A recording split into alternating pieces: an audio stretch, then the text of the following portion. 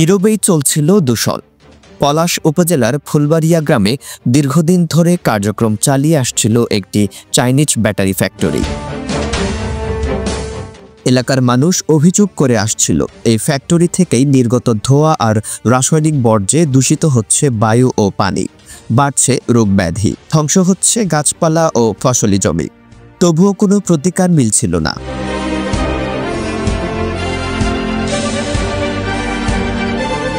নরসিংদী টিভির পক্ষ থেকে শুরু হয় অনুসন্ধান। স্থানীয়দের সাথে কথা বলে ভিডিও ফুটেজ ও পরিবেশগত প্রমাণ সংগ্রহ করে আমরা তুলে ধরি ফ্যাক্টরির ভেতরে চলা কার্যক্রমের বাস্তব চিত্র। তদন্ত চলাকালে বাধা আসে। আমাদের শিক্ষানবিশ প্রতিনিধি মোহাম্মদ আরাফাত চাইনিজ কর্তৃপক্ষের দায়ের করা মামলার মুখোমুখি হন। তবুও থামেনি অনুসন্ধান। কারণ প্রশ্ন ছিল, এই ফ্যাক্টরির চেয়ে বেশি গুরুত্বপূর্ণ কি মানুষের প্রাণ ও পরিবেশ?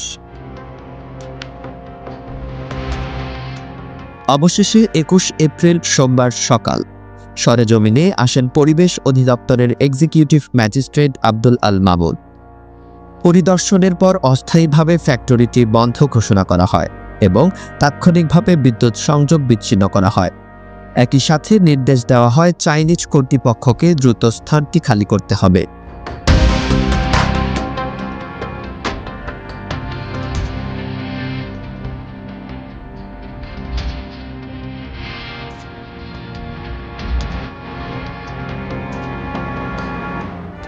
অভিযানকালে উপস্থিত ছিলেন পরিবেশ অধিদপ্তরের উপপরিচালক কামরুজ্জামান সরকার, সহকারী পরিচালক প্রশান্ত কুমার রায়, পলাশ উপজেলা সহকারী কমিশনার ভূমি HM ফখরুল হোসাইন সহ আইনশৃঙ্খলা বাহিনীর সদস্যরা।